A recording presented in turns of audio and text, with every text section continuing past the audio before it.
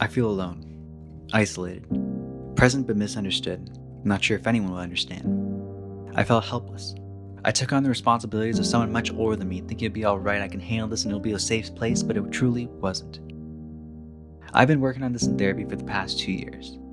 I went through a traumatic experience, and at the time I realized there was heavy material going on around me, but I didn't think how it would directly impact my life afterwards. When I was 18, one of my close friends had a mental health crisis.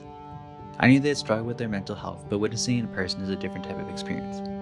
In the past, it had been they would go home for a couple of days and come back in about a week, feeling more leveled and ease back into the normalcy of life.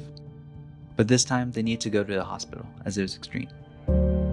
I was just a kid, but I felt like a caregiver, a husband, a parent, and a witness all at the same time. Over the next couple of days, I witnessed experiences of seeing someone who I knew well act differently than I had ever seen him. I saw a doctor whose agenda seemed more focused towards pushing sedation medication than exactly the consequences of it. I was just a kid.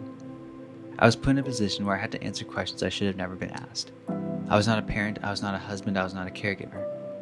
I was a witness and a kid. Visiting hours as a term felt weird to me, a foreign concept in a way. You can only live somewhat normally between 11 a.m. and 1 p.m. and 5 p.m. and 7 p.m. Enjoy your 6 foot by 6 foot room. I brought friends for support. It was a solemn drive, uncertain, tiring, and mellow at the same time. I was never asked if I'm okay, just told them what I should do and what needs to be done. I was just a kid.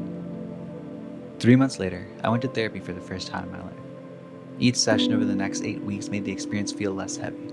Not that it didn't hurt, it definitely did. But like the therapy quote goes, it gets worse before it starts to feel better. And while I decreased my exposure about the event after those 2 to 3 months, I spent time reflecting on what it is I desire to have a friendship again. I had to realize I was not a caregiver. I was a separate individual with my own needs to be cared for. I needed time. A year later, in spring of 2021, I opened up the topic again in therapy. I retold the most difficult experience of it again candidly.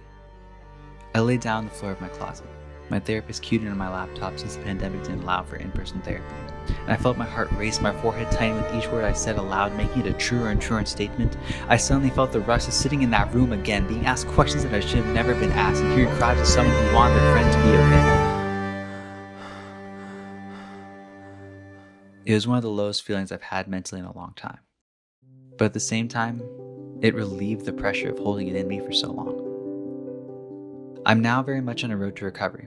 This video is an aspect of it, turning my experience into a form that just grazed the surface, still validating the experience not only for me, but for anyone else that feels alone with their trauma. I began to take actionable steps after my first couple months in therapy. I joined my school's health and wellness program to teach people preventative tips on how to maintain their mental health and well-being. It's small, but it's a step in a positive direction. I reflect over the week on what it is I want to say in my next therapy session, and I encourage my friends to try it, or just ask me if they need help in being supported. It's scary by yourself, but better together.